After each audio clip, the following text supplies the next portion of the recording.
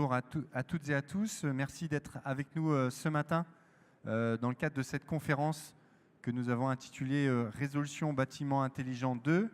L'objectif de cette conférence, c'est de vous présenter le dispositif résolution et notamment d'avoir un retour d'expérience d'un binôme entrepreneur-solutionneur qui ont été accompagnés dans le cadre de ce programme d'accompagnement de la région des Pays de la Loire.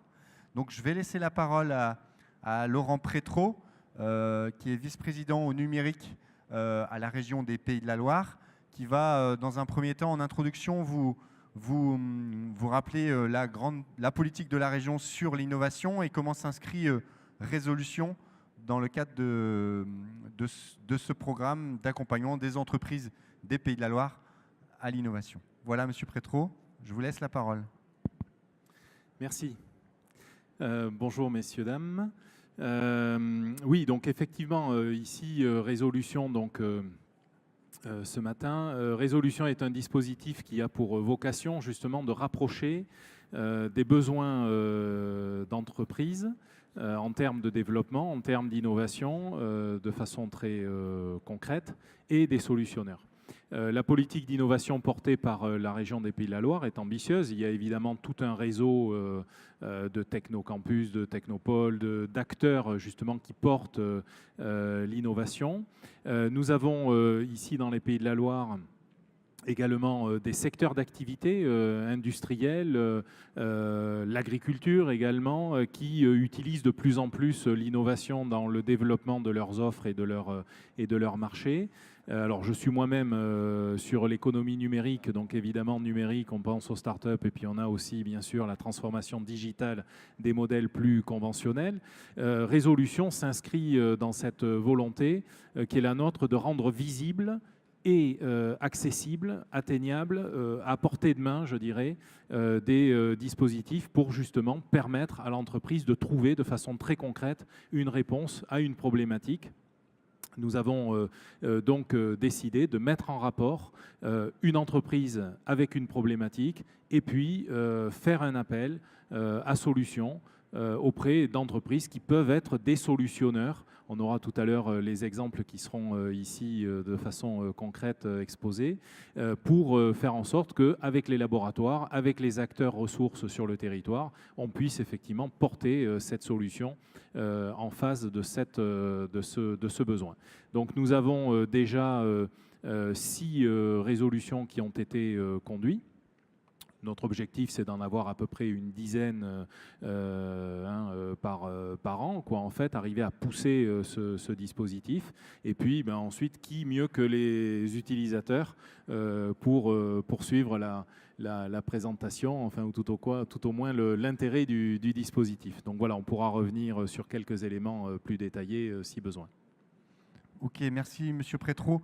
Pour compléter vos propos, juste, j'avais rappeler quelques principes sur le dispositif Résolution. Donc vous l'avez dit, hein, c'est un dispositif nouveau qui a été mis en place dans le cadre de l'accompagnement à l'innovation en Pays de la Loire. Il y a tout un tas de dispositifs qui existent et l'idée c'était de faciliter cette mise en relation entre entrepreneurs et solutionneurs.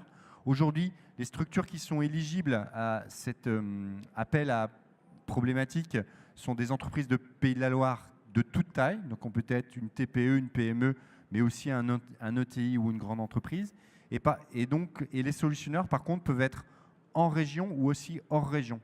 C'est un dispositif d'innovation ouverte, donc parfois, la solution n'existe pas forcément en région Pays de la Loire. Donc on peut être amené à mobiliser des compétences, start-up, laboratoires ou entreprises qui ne sont pas forcément en Pays de la Loire. C'est important de rappeler cela. Ce que je pouvais dire également, c'est que il y a un double objectif, c'est d'une part, c'est accompagner des démarches de développement d'entreprise. L'objectif, c'est de faire en sorte que grâce à ce dispositif Résolution, l'entreprise puisse résoudre un problème et apporter une offre un peu remarquable, atypique sur le marché. Mais c'est aussi un moyen indirect pour la région de soutenir des solutionneurs, des startups, des laboratoires, des jeunes entreprises qui ont une première solution, une première brique de solution. Et c'est leur donner l'opportunité d'avoir une première expérience marché, de tester grandeur nature leurs solutions auprès d'une entreprise des Pays de la Loire. Et une des spécificités du dispositif, c'est que le solutionneur reste propriétaire de sa solution. Donc, après cette première expérience, on peut imaginer qu'il puisse la diffuser, la commercialiser aussi à d'autres entreprises. Alors, c'est dans le cahier des charges qui sera défini entre le solutionneur et l'entrepreneur qu'on déterminera précisément le monopole, que ce soit dans le temps et dans l'espace. Mais dans certains cas, il n'y a pas d'inconvénient à ce que le solutionneur propose sa solution à une entreprise qui se situe peut-être à 500 ou 1000 km de chez elle. J'ai un exemple en tête dans le domaine du tourisme, où on a une entreprise des Pays de la Loire qui développe une solution toujours dans le numérique sur l'accompagnement des visites au sein de l'océarium du Croisic.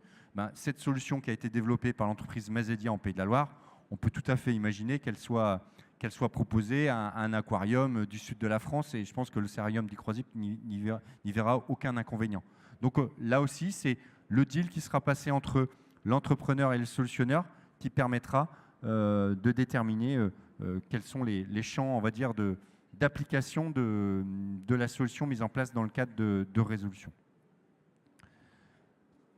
Qu'est-ce que je pouvais dire? C'est qu'aujourd'hui, en gros, il y a une cinquantaine de couples entrepreneurs-solutionneurs qui ont été constitués, qui sont en cours de constitution. Tous les ans, la région lance entre 4 et 6 thématiques dans le cadre de ce concours d'innovation ouverte. Et donc aujourd'hui, nous sommes dans le cadre de Digital Change, B2MIM, pour lancer Résolution Bâtiment Intelligent 2, puisque en 2017, il y a déjà eu un concours innovation ouverte qui avait été lancé dans le domaine du bâtiment. Et aujourd'hui, on va essayer de vous faire un retour de l'expérience et du projet qui a été accompagné et qui a consisté à accompagner l'entreprise Adexia et qui a mobilisé le solutionneur Ecotropie. Donc aujourd'hui, on a à côté de M. Prétraud, donc Laurent Manac, qui est le dirigeant d'Adexia, Philippe Manac, pardon, et Alexandre Nassiopoulos. Laurent Manac, c'est le pôle EMC2, pardon, M. Manac. Et Alexandre Nassiopoulos de la société Ecotropie, donc, qui est une start-up nantaise qui a répondu à la problématique posée par M. Manac. Voilà. Je pense qu'on peut... on va pouvoir passer au témoignage. Juste rappeler qu'il y a 3 grandes étapes dans le dispositif résolution. Première étape, et aujourd'hui c'est le lancement, on fait l'appel à problématique, c'est-à-dire qu'à travers tout un tas de réseaux, on va essayer de sourcer des projets de développement qui aujourd'hui n'ont pas trouvé de solution. Il n'existe pas de solution sur étagère, les entreprises sont bloquées et elles ont besoin d'avancer, et pour ça, trouver un solutionneur serait important. Donc cette période-là durera environ 2 mois. On verra tout à l'heure le calendrier exact. Ensuite, il y a un jury de professionnels qui se réunit, qui va sélectionner par rapport à vis-à-vis des 10, 15, 20, 30 ou candidatures qu'on va recevoir, 5 candidatures. Et derrière, va s'ouvrir une seconde phase, c'est la recherche de solutionneurs. Donc on va essayer déjà de transformer ces problématiques de développement en opportunités d'innovation. Et va s'ouvrir une période de 2 mois où on va aller chercher des solutionneurs en région ou hors région pour essayer de répondre à la problématique de développement qui a été posée par l'entreprise. Suite à ça, on va récolter 2, 3, 4, 5. Sur certains projets, on est allé jusqu'à 10 solutionneurs. On va en présélectionner, en tout cas, l'entreprise va en présélectionner 5 ou 6 si on est au-delà de ce chiffre. Et ensuite, elle va rencontrer chacun de ces solutionneurs. Une séance de pitch, en gros, c'est 20 à 30 minutes avec chaque solutionnaire potentiel. Et à l'issue de cette séance de pitch et éventuellement d'échanges complémentaires, l'entrepreneur, porteur de problématiques, va choisir son solutionneur. Et ensuite, va commencer la phase 3, qui est la phase de d'écriture du cahier des charges pour engager cette phase de collaboration. Comme vous l'avez vu, en fait, la région finance chaque solutionneur à hauteur de 20 000 € pour répondre à la problématique de développement. Donc là, il va falloir se déterminer. L'entrepreneur et le solutionneur vont devoir définir, en gros, quels sont les livrables pour 20 000 €. Qu'est-ce que moi, solutionneur, je vais apporter à l'entrepreneur pour 20 000 €. Alors, dans certains cas, pour certains projets, pour 20 000 €, vous allez aboutir à la solution finale. Pour d'autres projets plus ambitieux, plus compliqués, parfois, pour 20 000 €, vous allez avoir la première ou la deuxième brique de la solution. Donc, on est un peu à géométrie variable. Et puis derrière, généralement, la collaboration se poursuit quand on n'aboutit pas à la solution finale avec les 20 000 €. Voilà. Donc, 3 grandes étapes. 2 mois pour chacune des étapes d'appel à problématique et d'appel à à solution. Et ensuite, la collaboration. Alors là, la durée de la collaboration, là aussi, elle est très variable en fonction de la nature des projets, de la complexité des projets, de l'activité de l'entreprise. Parfois, on tombe dans un moment où il y a d'autres chats à fouetter au sein de l'entreprise. Donc, le projet peut être un peu retardé. Donc, difficile de vous dire qu'il y a un temps. En tout cas, on n'est pas contraint dans la réalisation du projet. On ne fixe pas un délai de 3 mois, 6 mois pour faire le projet.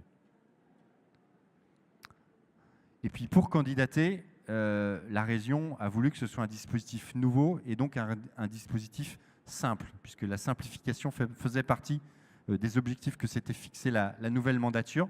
Donc vous voyez, pour candidater, l'entrepreneur porteur de problématiques a juste un document A4 à compléter que vous avez sur l'écran là, et pour présenter sa problématique de développement.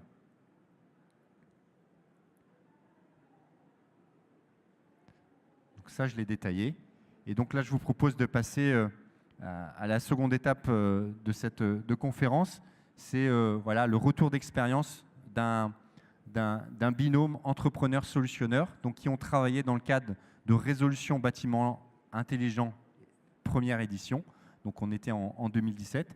Et donc c'est Philippe Manac d'Adexia qui va témoigner, et Alexandre Nassiopoulos d'Ecotropie, qui est le solutionneur qui avait été choisi par Adexia. Donc je crois que M. Manac, vous aviez une petite présentation. Donc si en régie, on peut présenter le support que M. Manac nous a apporté.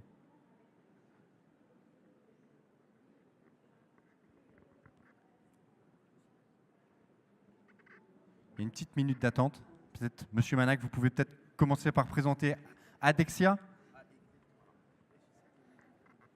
1, 2, c'est parfait. Il faut le coller au menton, voilà. On m'a dit. Voilà, je ne sais pas si vous avez la consigne. Bon, je suis désolé, je ne suis pas à l'aise assis, donc je préfère être debout. Puis comme la présentation sera sur cet écran, ce sera beaucoup mieux. Bonjour à tous, donc je m'appelle Philippe Manac, je suis le gérant d'une société qui fait de l'administration de biens, c'est-à-dire qu'on est syndic gérant dans un domaine particulier, puisqu'on fait essentiellement l'immobilier entreprise. On gère des bureaux, des locaux d'activité, entrepôts logistiques. Depuis maintenant une quinzaine d'années, on gère à peu près 300 000 m² sur l'agglomération. Et on a toujours été, dans notre équipe, on a toujours essayé d'apporter des solutions innovantes à nos clients. Et c'est vrai que ce projet qui est maintenant en maturation depuis au moins 3-4 ans est en train d'aboutir grâce au concours résolution. Parce qu'en fin de compte, comme vous savez, les projets, c'est toujours des projets à un moment donné. Il y a les technologies qui, en fait, n'étaient pas mûres il y a quelque temps et qui sont en train de le devenir aujourd'hui. Et je vous expliquerai pourquoi tout à l'heure sur cette présentation. Donc, je laisserai intervenir au milieu de la présentation Alexandre, parce qu'il y a une partie, évidemment, qui est liée au travail qui a été développé par Ecotropie. Voilà. Et donc, du coup, parfait, ben voilà, ça marche comme ça. Bon, voilà. Écoutez, si vous avez des questions, évidemment, je suis à votre entière disposition. Vous pouvez éventuellement me couper, parce que c'est vrai que le temps, l'objectif, c'est 20 minutes, et on peut éventuellement optimiser notre temps en posant des questions. Alors, hop. Alors, voilà. Bouton vert pour avancer. Voilà, ça y est. Alors, en fait, on a présenté notre PowerPoint avec une analyse de la situation. Alors, c'est un peu spécifique, hein, puisqu'on est vraiment très orienté sur du tertiaire et de l'immobilier. Et donc, voilà. Donc, en fait, on a 3 problématiques, hein, 3 analyses que nous avons faites, et qu'aujourd'hui, les entreprises souhaitent aujourd'hui de plus en plus à maîtriser leur budget immobilier.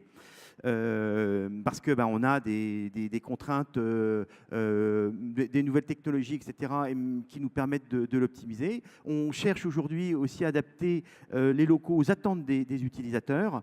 Vous savez qu'on est en pleine révolution de coworking et de bien-être, de recherche de bien-être pour les nouvelles générations. Et bien aujourd'hui, on ne gère plus un immeuble de bureau comme on le gérait il y a quelques temps.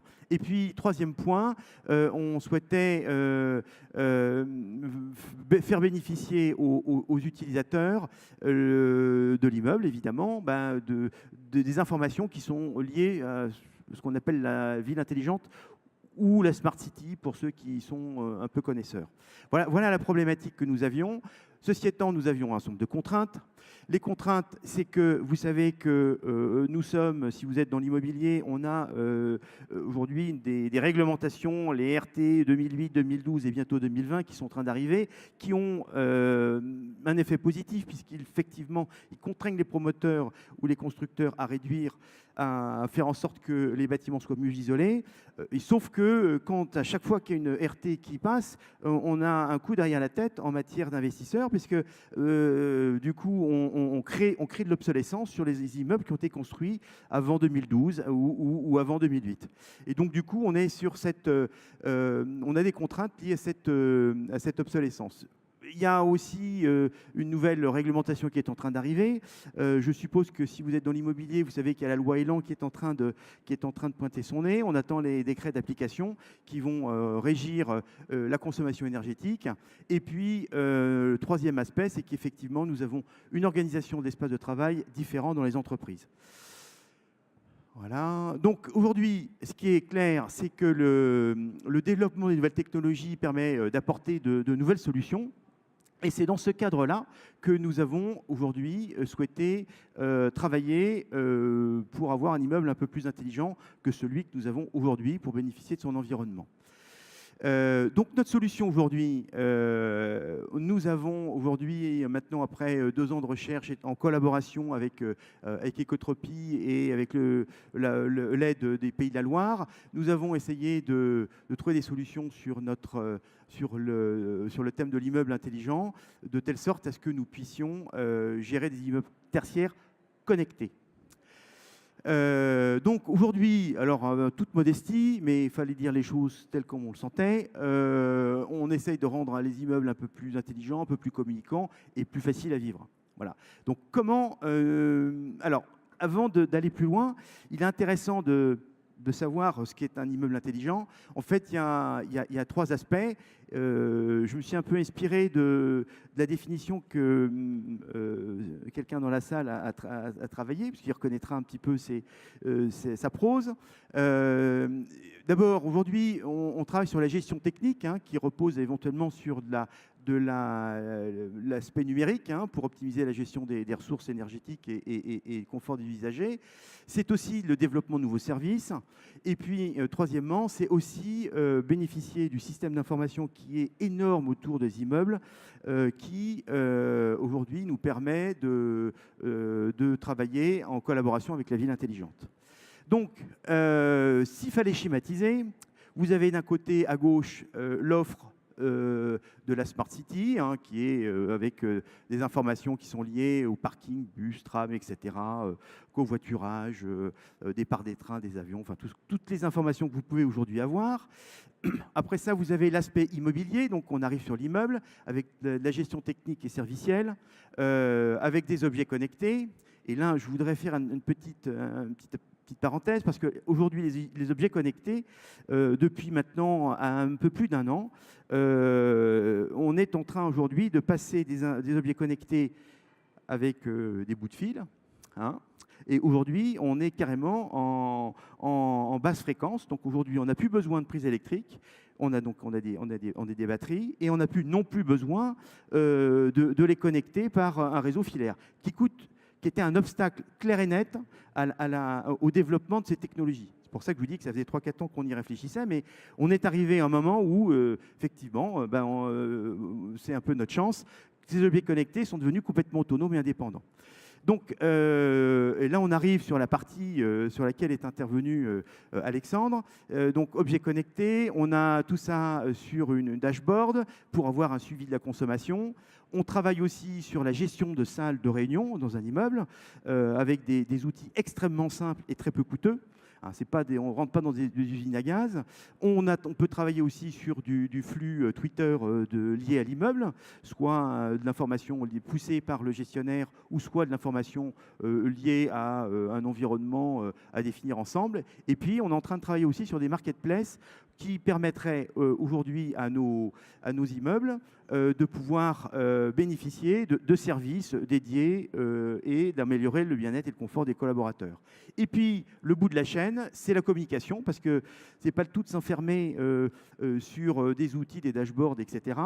Ce qui est intéressant, c'est de pouvoir communiquer et sensibiliser les utilisateurs à cette information. Et donc, du coup, toute cette information aujourd'hui, elle est synthétisée soit sur des écrans, soit sur un site internet ou sur éventuellement des smartphones. Et donc cette information aujourd'hui est reprise par nos services et nos collaborateurs sur des écrans de manière personnalisée. Et donc chaque immeuble aujourd'hui peut avoir son image bien particulière. Globalement, aujourd'hui, voilà, visiblement, on a repris la même chose. J'ai peut-être été en arrière, en avant, je ne sais pas. Voilà, voilà, ça y est. Voilà, très bien. Réduire. Donc l'objectif, c'est de réduire les coûts, évidemment, d'apporter des nouveaux services, vous créant plus de liens sociaux et de sensibiliser les clients sur la gestion technique. Donc les outils, je vais très vite. On a des écrans. Nous avons aujourd'hui une clé qui nous permet de nous connecter à Internet, qu'on appelle la clé Screen&Com. Et en fait, deux aspects. Et là, je vais passer la main à Alexandre. Aujourd'hui, on a deux offres. L'offre que nous avions à l'origine, qui se trouve à droite de l'écran, sur laquelle nous relayons l'information de la Smart City, avec toutes les informations et plus que ce que vous avez à droite. Et du coup, nous avons aujourd'hui en exclusivité la possibilité de pouvoir afficher les consommations énergétiques grâce à une dashboard telle que Alexandre l'a développée. Donc, du coup, je vais laisser la main à Alexandre, puisque c'est lui qui a développé la partie droite de l'écran. Voilà, et ça nous permet de voir exactement l'aboutissement du travail que nous avons fait avec Alexandre et en collaboration avec la région. Merci, Monsieur Manac. Donc, Monsieur Nassiopoulos, un petit retour sur... Donc, on colle le micro au menton, c'est la consigne. Et donc, un petit retour sur le travail qui a été mené avec Adexia dans le cadre du dispositif résolution. Peut-être juste resituer Ecotropie en quelques mots. Et puis ensuite rentrer dans le détail sur ce que vous avez pu réaliser dans le cadre du dispositif résolution. Donc, merci beaucoup de me donner la parole. Donc, Ecotropie, nous sommes une jeune start-up. Nous travaillons dans le numérique et l'énergie. Donc, notre spécialité, c'est de savoir combiner efficacement la donnée qui provient de données énergétiques, donc des capteurs, des compteurs d'énergie dans les bâtiments, avec ce qu'on appelle aujourd'hui de manière vaste, même si c'est un mot un peu valise qui ne veut pas toujours dire, de l'intelligence artificielle. L'objectif, c'est de faire parler les données, de passer de l'information de combien consomme un bâtiment à est-ce qu'il consomme de manière correcte en fonction des conditions actuelles de météo, d'usage, de fonctionnement. Est-ce qu'il y a des pistes d'optimisation dans ces consommations-là? Donc, nous sommes donc fournisseurs finalement de solutions logicielles à partir de ça. Et quelques applications sur lesquelles on travaille aujourd'hui, c'est par exemple la gestion technique d'immeubles. Donc, on est plutôt sur la partie du milieu de la diapo qu'a présenté Philippe, les services techniques et serviciels sur les bâtiments pour mieux gérer des bâtiments tertiaires. Et aujourd'hui, on a aussi beaucoup d'exemples où on gère des bâtiments beaucoup plus complexes, des installations comme des centres aquatiques qui sont des sources de consommation, des postes de consommation très importants pour les collectivités. Donc, avec notre intelligence artificielle qu'on applique à la donnée énergétique, on fait en sorte que ces postes-là soient réduits dans le temps et qu'on améliore dans le continu le fonctionnement énergétique des centres aquatiques en l'occurrence. Donc, quand on est tombé sur le concours résolution, l'occasion était qu'on a cherché à saisir, c'était de travailler sur un nouveau marché qu'on connaît très peu. Là, on est sur le marché du tertiaire aussi, du bâtiment, mais du côté des services, donc du côté d'un point de vue d'un gestionnaire de bâtiment. Donc là, les défis étaient assez différents. Là, il faut apporter un outil beaucoup plus léger en installation, beaucoup moins coûteux, qui puisse s'intégrer dans une offre de services beaucoup plus large, telle qu'a présenté Philippe. Le défi était de simplifier finalement notre offre principale et de la faire en sorte qu'elle puisse être intégrable et dans un outil beaucoup plus large de services orientés services. Sachant et donc l'occasion qu'apporte le concours résolution, c'est de travailler directement avec quelqu'un qui connaît ce marché-là et qui était capable de nous mener en partenariat sur ce type de solution. Donc, dans la démarche, on a fait énormément d'itérations. Donc, on est parti d'un point A où on avait une idée initiale et finalement, ce qu'on a réalisé, ça avait très peu de choses à voir parce qu'on a travaillé avec beaucoup d'itérations, beaucoup d'échanges pour essayer de comprendre déjà la problématique, adapter, chercher comment répondre à cette problématique de bas coût et de facilité d'installation.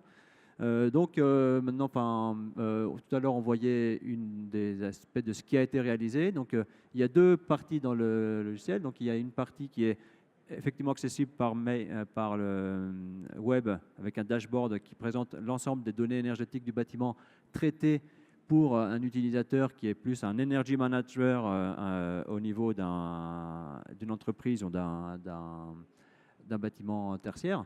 Et à côté de ça, des applets, un widget qu'on peut intégrer dans un outil d'affichage plus destiné à la communication qui vise à faire entrer les utilisateurs dans une démarche de sobriété énergétique. Donc on travaille sur la notion de confort adaptatif. Donc le confort dans un bâtiment, la température notamment dans laquelle on se sent bien dépend énormément de conditions, par exemple de météo extérieure. Et il n'y a jamais une valeur de confort, de température qui convient à tout le monde. Donc l'objectif, c'est de jouer sur cet intervalle-là de tolérance et de faire rentrer l'utilisateur dans une démarche de combien êtes-vous prêt à faire pour gagner, faire des économies dans le bâtiment. Donc ça passe par des messages qui apportent le petit perroquet en dessous, qui en fonction de la météo, en fonction des conditions qu'on voit dans le bâtiment, consommation et température, apportent des messages pour dire inciter les utilisateurs à faire des actions. L'objectif, c'est de pas d'être de faire le gendarme et dire faites maintenant, c'est comme ça. C'est plutôt d'inciter, de proposer des actions à faire pour faire des économies.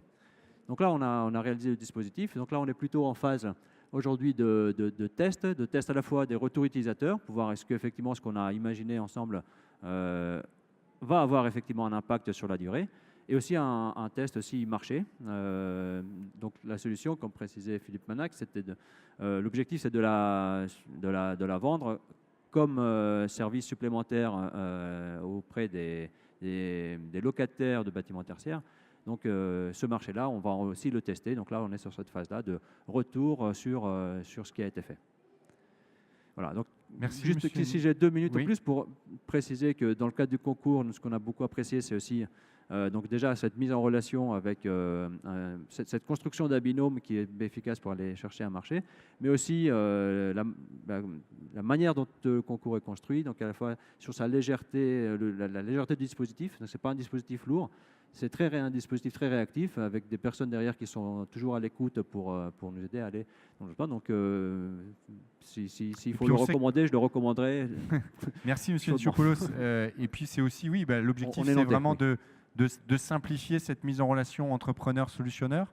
Peut-être que monsieur Manac n'aurait pas identifié Ecotropie tout seul, ou peut-être que si, mais en tout cas, ça a été l'opportunité de créer ce lien et de vous permettre de travailler ensemble, même si parfois la relation n'est pas forcément simple. Hein. Je me rappelle des réunions au début du projet où il fallait justement se mettre d'accord sur ce cahier des charges, ce qu'on allait produire dans le cadre de cette enveloppe de 20 000 €, avec qui on allait travailler, etc. Puisque monsieur Manac avait déjà aussi des partenaires sur son projet.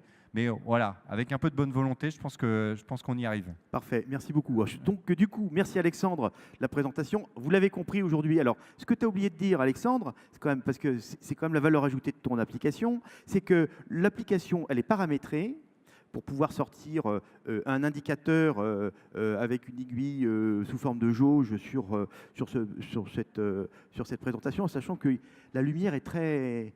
Voilà, c'est un peu blanc, mais normalement, ça l'est un peu moins parce qu'on voit pas grand-chose. Et ce qui est très important, c'est que l'application, elle est paramétrée en fonction de chaque immeuble. Un immeuble RT 2008 ou avant, on va le paramétrer l'application avec les contraintes de RT 2008, 2012 ou bientôt 2020. Et donc, du coup, aujourd'hui, on a une application qui est complètement adaptée à l'immeuble. Et ce qui est quand même très important pour avoir des informations pertinentes. Hein. Alors, vous avez vu que là, 24 degrés, il fait un peu chaud sur le plateau. Voilà. En plus, c'est des tests qui sont faits chez nous. Donc, vous voyez, c'est plutôt très confortable. C'est l'hôpital qui se mord de la charité. Bon, voilà. Et donc, du coup, on a cette démarche qui a pour objectif de sensibiliser les utilisateurs et de l'afficher soit sur un plateau ou soit à l'entrée de l'immeuble pour dire attention, bah, vous consommez peut-être un peu beaucoup. 24 degrés, c'est pas mal. Si on pouvait baisser d'un degré, ça serait bien. Et du coup, ça nous amène aussi à aller paramétrer les outils de contrôle énergétique. Voilà. Donc, on est dans cette démarche.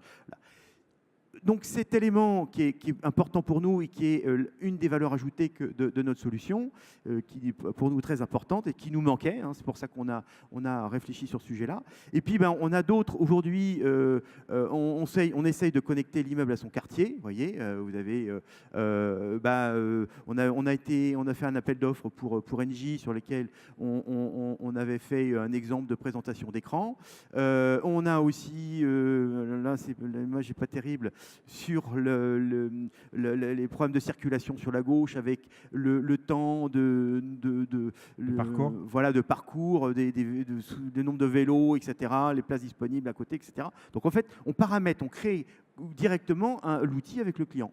Et puis, on essaye de connecter les clients à leur immeuble, sachant qu'aujourd'hui, on a installé des écrans connectés chez Multibureau, où effectivement, on a les centres de réunion avec le nom des sociétés qui sont affichés. Donc ça fonctionne sur Multibureau Centre et Multibureau Est, avec un fil Twitter qui a été choisi, c'est le fil de 20 minutes, mais on a aussi le fil Twitter de Multibureau, parce qu'en fait, Multibureau a un outil, une boîte marketing, un service marketing qui est très puissant. Donc, on a aussi les départs des avions, les départs des trains, etc. Et sachant que ça tourne et que ce n'est pas figé, évidemment. Voilà, donc après ça, on peut travailler aussi sur du réseau social, mettre en avant l'arrivée de nouveaux collaborateurs dans une boîte avec le fil Twitter de la société et puis de parler éventuellement de objectifs qui ont été qui sont dédiés à Enedis, à savoir à l'installation des compteurs Linky. Voilà. Et puis, on peut aussi travailler sur les salles de réunion. Voilà. Alors là, on ne voit pas bien, mais derrière l'accueil, on peut travailler sur des informations qu'on peut afficher, soit pour la boîte, etc. Et alors, ce qui est très important, c'est que sur et j'ai presque terminé, pour ces écrans en matière de hall d'accueil, on a 3 objectifs. On a l'objectif d'afficher la démarche green ou RSE de la société. Hein. Pour les grands groupes, c'est quand même très important. Il y a même des grands groupes qui ont des services RSE, etc. Donc, c'est très important d'afficher, de s'afficher en tant que tel, à la fois vis-à-vis des collaborateurs, mais aussi vis-à-vis des personnes qui arrivent. Donc ça, là, la légitimité d'avoir un suivi de consommation pour montrer que aux clients qui viennent, on fait attention à la consommation. Donc là-dessus, c'est quand même très important d'avoir l'application d'Alexandre. Après ça, on peut aussi utiliser sur des immeubles avec de nombreux utilisateurs de s'afficher avec la présentation du nom des sociétés qu'on peut évidemment modifier très très rapidement. Hein, parce que je vois bien quand on demande à une société pour changer sur des plaques extérieures ou intérieures le long des boîtes, ça prend aller facilement un mois et demi entre le processus, la validation, etc. C'est toujours très long. Donc là, c'est instantané, hein, puisque c'est du web. Et puis surtout, on modernise l'image du bâtiment en le digitalisant. Voilà. Alors après ça, il y avait une présentation derrière qui est une sorte de petit film, mais comme c'est un PDF qui a été affiché, on ne pourra pas la voir, mais c'est pas grave. Et puis voilà. Donc l'idée, c'est que cette solution, en collaboration avec Ecotropie et la région, nous permet aujourd'hui de lancer à partir du 24, donc c'est très très peu de temps, donc c'est Après-demain. 24, c'est jeudi, voilà. Donc on va lancer la commercialisation de ce site-là avec l'ensemble des promoteurs, une grosse partie des promoteurs de l'agglomération nantaise qui sont plutôt dédiés au tertiaire, et on pourra aujourd'hui, je dirais, proposer cette solution, puisque la chaîne de valeur que nous avons créée aujourd'hui semble aujourd'hui fonctionnelle et efficace. Voilà, merci de votre attention. Si vous avez des questions, je suis à votre disposition. Merci, Monsieur Manac. Peut-être avant de passer aux questions, on voit à travers l'exemple Adexia Ecotropie que voilà, Ecotropie a pu apporter une brique technologique permettant à Adexia de développer de nouveaux services à l'intention de l'ensemble de ses usagers. Si on peut peut-être revenir sur la présentation initiale pour faire la transition. Donc aujourd'hui, c'est le lancement de l'appel à problématique de résolution bâtiment intelligent 2. Et donc aujourd'hui, le champ des possibles en termes de projets qu'on peut accompagner est extrêmement large. On l'a vu avec Monsieur Manac, c'est tous les services autour des usagers des bâtiments, mais aussi on peut travailler sur tout ce qui est lié à la construction des bâtiments. Et donc le champ des projets qu'on peut accompagner est extrêmement large. Donc il ne faut pas hésiter à proposer un projet de développement. Alors est-ce que c'est de l'innovation, pas de l'innovation? À la limite, ce n'est pas un problème.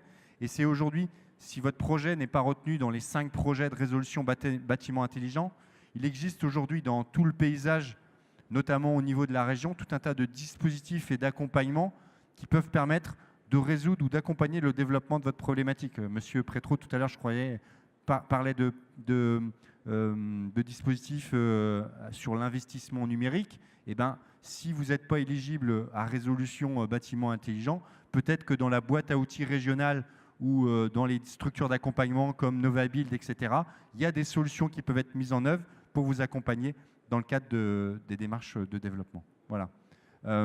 Juste, je vais reprendre la manette pour vous donner le calendrier donc, de résolution bâtiment intelligent 2. Et donc, aujourd'hui, c'est le lancement de l'appel à problématique. Donc, en gros, vous avez jusqu'à la fin du mois de mars pour remplir le document A4 qui est téléchargeable sur le site Résolution Pays de la Loire que vous verrez tout à l'heure. Ensuite, il y aura la phase de jury, comme je l'évoquais. Ensuite, il y a sélection de 5 problématiques. Et derrière, se lancera à nouveau pour 2 mois, entre le 26 avril et le 21 juin, la phase de appel à solutionneur. Et puis derrière, il y aura l'écriture du cahier des charges et le lancement du travail de collaboration entre l'entrepreneur et le solutionneur. Et donc tout ça, c'est téléchargeable et consultable sur le site résolution avec un s-paysdelaloire.fr. Et puis si vous avez des questions, il y a un chargé de projet à l'agence régionale qui s'appelle Vincent Melouette, qui est là pour que M. Manac et M. Nassiopoulos connaissent bien, qui est là pour répondre à toutes vos questions. Et donc je vais laisser la parole à M. Prétro pour conclure. Et puis on pourra éventuellement répondre à quelques questions par la suite. Merci. Alors d'abord, bravo en fait à M. Manac et donc à Monsieur le solutionneur pour montrer que finalement, à partir d'une problématique bien identifiée sur un marché, effectivement, il y a possibilité d'apporter une réponse efficace. Et puis on voit bien que c'est à la fois une solution pour vous, pour vos activités, pour développer l'innovation que vous pouvez porter sur votre marché. Puis c'est aussi un moyen pour vous d'avoir plus de visibilité et de développer évidemment des solutions et une boîte à outils avec des briques assez larges. Voilà, donc on veut des choses, nous en tout cas à la région, vous savez, on est des gens assez pragmatiques. Et on veut qu'un euro investi en ramène au moins 2. Donc du coup, c'est important pour nous d'avoir des dispositifs qui soient clairs, qui soient lisibles. Hein, ça a été dit, il n'y a pas beaucoup de paperasse, ce sont des choses très accessibles. On vous accompagne parce que là aussi, c'est vrai qu'une problématique, il faut bien la définir. Une solution, il faut voir si ça matche réellement ou pas. Voilà, donc c'est vraiment la démarche dans laquelle on est. On préfère faire de la qualité que beaucoup de quantité. Et donc, voilà. Donc ça, c'est important je crois, de bien l'intégrer. C'est la philosophie, en tout cas, qui nous anime pour accompagner les entreprises dans leur développement d'innovation. Puis je rajouterai un dernier mot. Il y a trois effets, en fait, dans ce dispositif. D'abord, ça permet aux entreprises existantes de se poser des questions sur leurs problématiques. c'est pas toujours évident quand on fait la réflexion stratégique de bien identifier les problématiques qu'on a sur son marché. La deuxième chose, c'est que ça permet évidemment de générer de l'innovation, puisqu'on a avec le solutionneur un labo, une start-up, un bureau R&D, etc. Enfin, X ou Y forme, mais en tout cas une société ou une structure qui est capable de générer de l'innovation. Et puis nous, en termes de région des Pays de la Loire, c'est aussi un élément, un vecteur qui permet de mettre en avant la région des Pays de la Loire, puisque vous avez bien compris que le solutionneur peut venir d'ailleurs. Et donc, c'est aussi un moyen de capter des talents, éventuellement des solutionneurs qui peuvent, in fine, venir s'établir dans la région. En tout cas, de travailler également sur le développement de la valeur ajoutée de notre territoire, puisque c'est aussi un des aspects qui motive notre action au quotidien. Voilà. Merci Monsieur Prétraud. On arrive à la fin de la conférence. Est-ce qu'il y a éventuellement quelques questions dans la salle pour nos intervenants? Merci. Pierre-Yves Legrand, directeur de Novabuild, qui est le cluster de la construction durable en Pays de la Loire. D'abord, je ne sais pas si c'est une question, mais on se réjouit de ce deuxième appel à projet bâtiment intelligent. On voit que ça produit de l'intelligence et on pense bien qu'on va encore élargir le champ. C'est-à-dire que, en fait, ce que je voulais repréciser, c'est ce que tu as dit rapidement tout à l'heure, que bâtiment intelligent, on peut se dire, avec l'exemple qu'on a eu, qui est vraiment l'exemple du bâtiment connecté, que c'était limité à ce type de projet-là. On est sur un champ beaucoup plus large que simplement le bâtiment connecté. Donc n'hésitez pas à venir soit vous adresser au conseil régional, l'agence régionale pour en savoir un peu plus, soit aux équipes de Novabuild. Lucie Vidal, qui est notre chef de projet innovation, est ici dans la salle aujourd'hui. Elle est votre interlocutrice pour vous aider à préparer le projet. Je crois que c'est un peu comme ça que ça s'est passé pour la plupart de ceux qui ont abouti à leur projet. Ils ont été accompagnés aussi en amont. Il y a l'accompagnement que vous avez fait, mais il y a ce petit mariage, essayer de trouver des problématiques. On a tous, en fait, dans nos cartons, 5, 6 problèmes qu'on n'arrive pas à résoudre. Et c'est lequel qu'on choisit pour répondre là à l'appel à projet. Donc voilà, c'est un petit peu ce que je voulais vous dire. Et donc n'hésitez pas, soyez nombreux à déposer les dossiers. Il y aura de toute façon une suite. C'est-à-dire que si ce n'est pas une suite résolution, on trouvera d'autres. On disait tout à l'heure, on trouvera d'autres dispositifs, que ce soit des aides financières, des conseils, des accompagnements, des dispositifs d'accompagnement qui vous permettent d'avancer. Parce que l'innovation, ça reste qu'un moyen en fait. Voilà, l'objectif, c'est le développement des entreprises. L'innovation peut être un moyen, mais parfois, on n'est pas forcément dans l'innovation. Mais il y a des solutions et des dispositifs qui existent pour vous accompagner dans cette phase de développement. Et là, on a eu un exemple très de bâtiment connecté, comme tu disais Pierre-Yves, mais on aurait pu présenter le projet d'un artisan en Vendée qui est peintre et qui se demande comment est-ce qu'il pourrait utiliser la réalité augmentée, la réalité virtuelle, comme un outil d'aide à la vente pour permettre aux clients d'imaginer comment serait son salon repeint en bleu ou en vert, quoi. Voilà. Donc on voit qu'on est aussi sur des problématiques et on est sur des entreprises de toute taille, de toute dimension, de tout domaine autour du bâtiment. C'est vraiment le bâtiment au sens large qu'on a vocation à accompagner dans le cadre de résolution bâtiment intelligent. Est-ce qu'il y a d'autres questions dans l'assistance ? En tout cas, je vous remercie. Merci à Laurent Prétraud, à M. Manac, M. Nassiopoulos de s'être libérés ce matin pour parler de résolution bâtiment intelligent. Et maintenant, il n'y a plus qu'à candidater. Dès aujourd'hui, vous pouvez aller sur le site résolution-paysdelaloire.fr et remplir votre petit document A4 pour nous faire part de votre problématique de développement. Bonne journée à tous. Merci et au revoir.